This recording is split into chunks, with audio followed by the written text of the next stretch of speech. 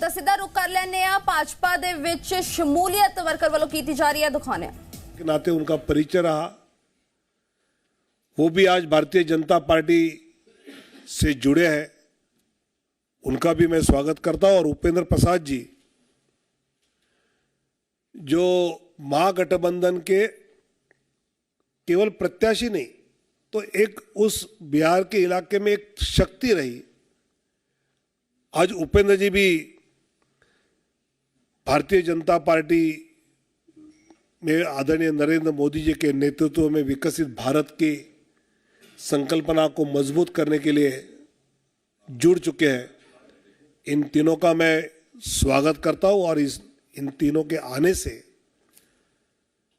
मैं मानता हूं कि गौरव जी है, अनिल जी है, उपेंद्र जी है, इन तीनों के पार्टी प्रवेश से पार्टी को तो बल मिलेगा, लेकिन उनकी क्षमताओं का उपयोग करते हुए हम जो विकसित भारत की संकल्पना लेकर चल रहे हैं उस पर और गति से चल पाएंगे, ये मुझे विश्वास है।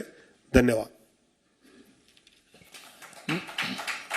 मेरा निवेदन होगा माननीय गौरव वल्लभ जी से कि आपको संबोधित करें। आदरणीय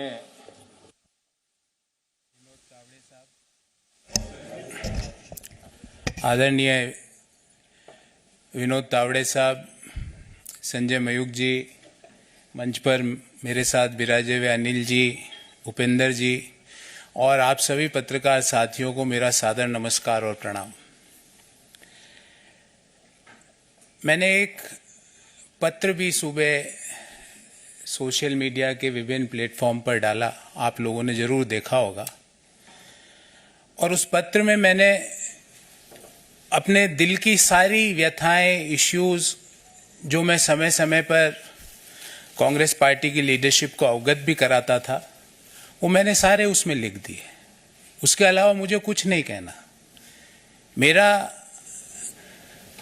दृष्टिकोण शुरू से ये रहा है कि भगवान श्री राम का मंदिर बने, न्योता मिले और हम न्योते को कांग्रेस पार्टी लिख के भेजे कि हम नहीं जाएंगे, मैं इसे स्वीकार नहीं कर सकता।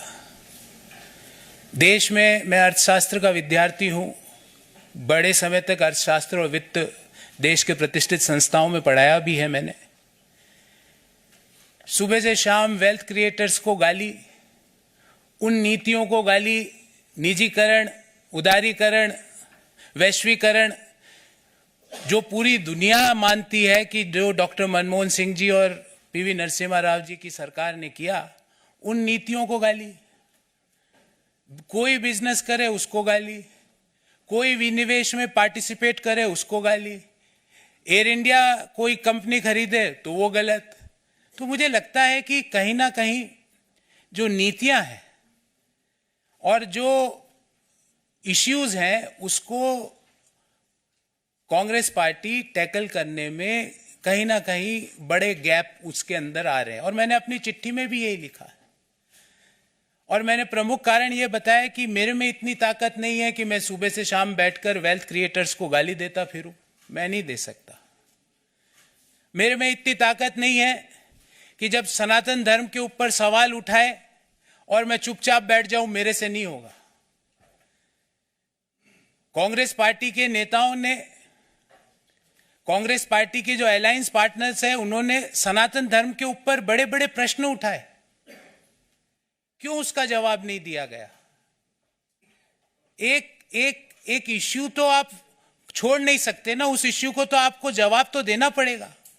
मैंने सारे विस्तार से ये सारी बातें इस चिट्ठी में लिखी है। मैं आदरणीय संजय मयूख जी से आग्रह करूंगा कि मेरी इस चिट्ठी की एक प्रति आपको जरूर दें, ताकि आपको पता लगे कि मेरा इश्यू बेस्ड रिजर्वेशन